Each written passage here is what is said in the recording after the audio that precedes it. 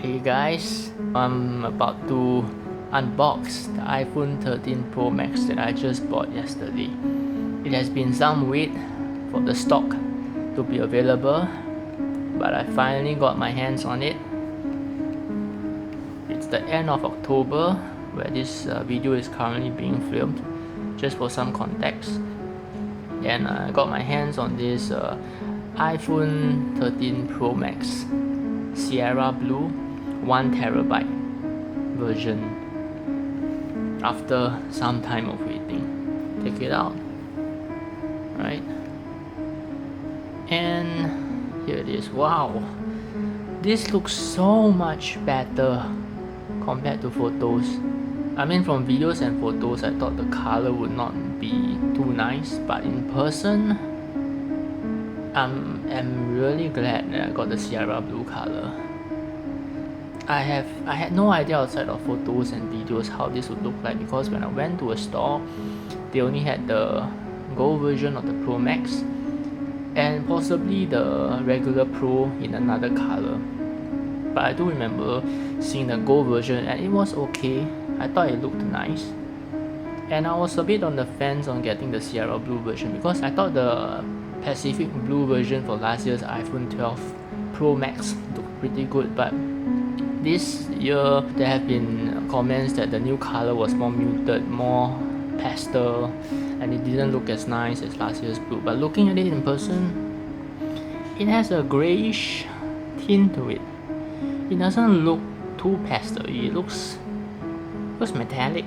It looks nice, especially the camera glass here. I'm not sure it can be captured on video, but the part that is covered by the glass is darker than the rest of the phone. It has a really nice dark greyish blue color. I'm pretty happy with this. Alright, so enough of me admiring the phone. I'm just gonna pull out the tab. Oh, okay, it just comes out like this. Alright, so here's the wire, which I'll get back to later. The phone, okay. Let me just check the rest. Alright, so this is the wire, pretty standard. Alright, some Apple documents, and I'm assuming there's going to be a sticker in there.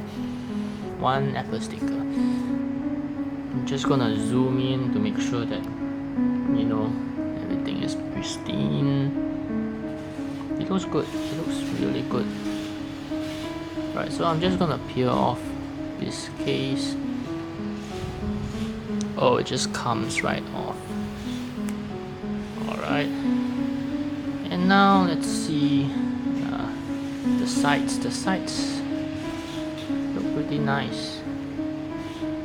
For a minute I thought there was a flaw there, but it's just, you know, some fingerprints or some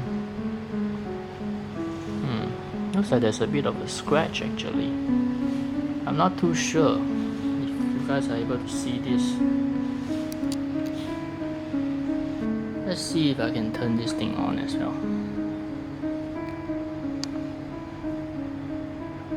It's turning on.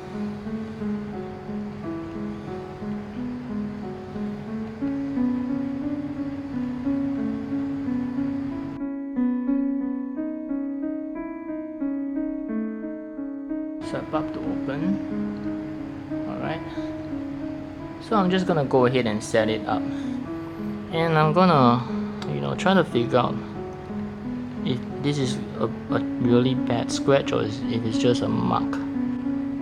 Alright guys, so I just went to take a closer look at the part that looked like a scratch, and actually it just turned out to be a smudge. I'm not sure why. There was quite a sticky smudge on the edge of the iPhone, but after some good old elbow grease from just using my finger to rub it off a bit, it came off. So that's a good sign that there was no scratch on the edge, but there was a smudge that went there somehow. So one really cool thing that I noticed is that there's a quick start function that says bring your current iPhone or iPad near this iPhone to sign in and set up.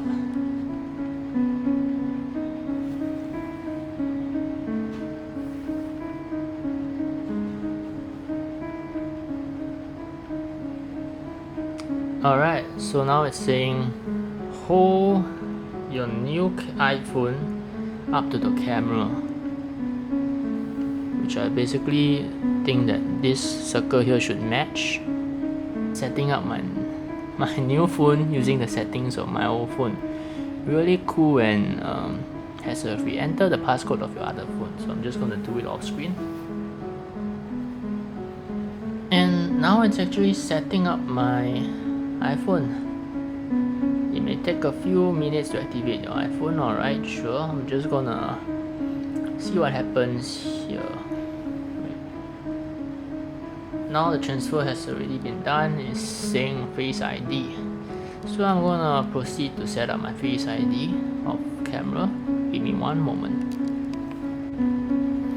Alright, so I finished setting up Face ID, and it's actually now giving me the option to transfer the data from my old iPhone to the new iPhone. So this is really cool. It says estimated transfer time about 1 hour 45 minutes. Right, so and I got a bit distracted there by the screen, because since I got my old phone with me as well, you can notice the difference in the screen. Literally, the blacks look really black in terms of how it appears on the screen. I can hardly tell that there's any kind of seam. It's like just one flat black surface, right? It looks really good.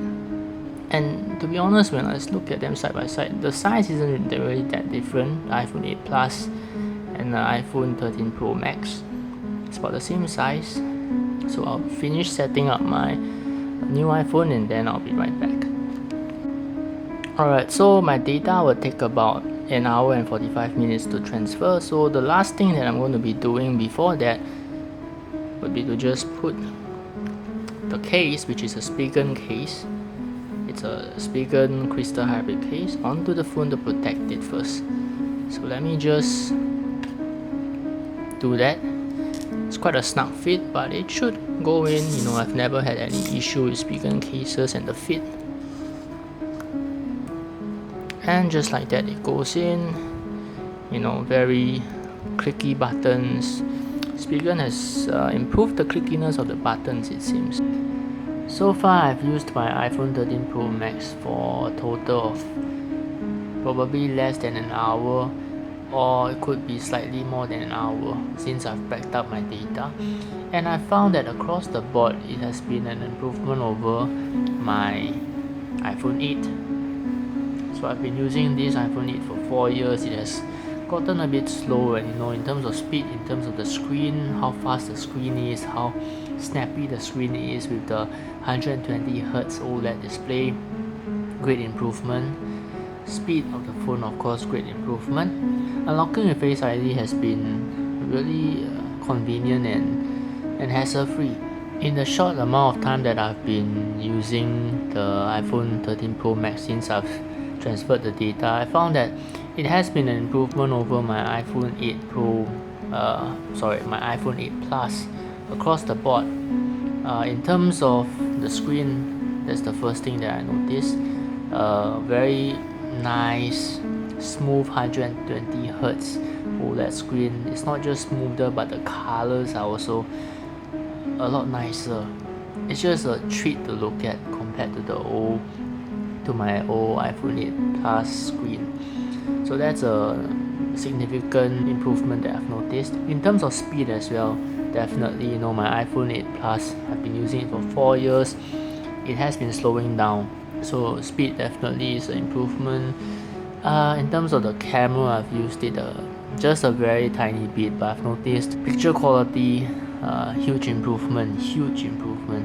Night image quality is actually quite mind-blowing to me, because I've never had night mode before on a phone, and to just see how good it is.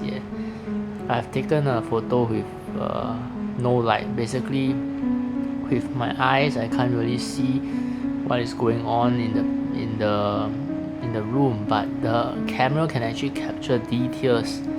So that is pretty incredible to me, since I've never used the phone with night mode. So that's a big improvement as well. The main thing that I would say is a drawback for the iPhone 13 Pro Max compared to the iPhone 8 Plus is it does feel slightly heavier. Dimensions wise, it's slightly bigger, and with the flat edges on the screen compared to the iPhone 8 Plus with more of the rounded edges, it does feel clunkier. So although these are very just tiny differences, in terms of size it almost looks the same, but all these slight differences do add up. And I found that when I try to type it with one hand, I don't have the biggest hands, but I don't have the smallest hands either. With the iPhone 8 Plus, I'm able to type with one hand. Of course, I can't stretch all the way, but I can just maneuver it to touch it.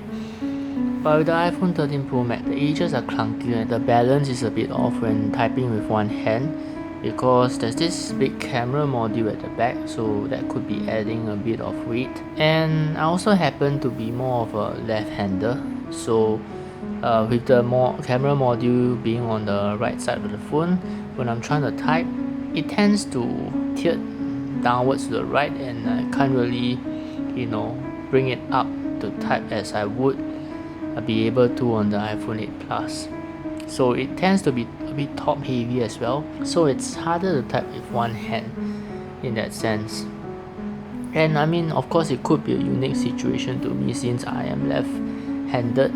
I would think that, given the size, the flat edges, it would be a difficult situation for someone to type with one hand, whether they are left-handers or right-handers.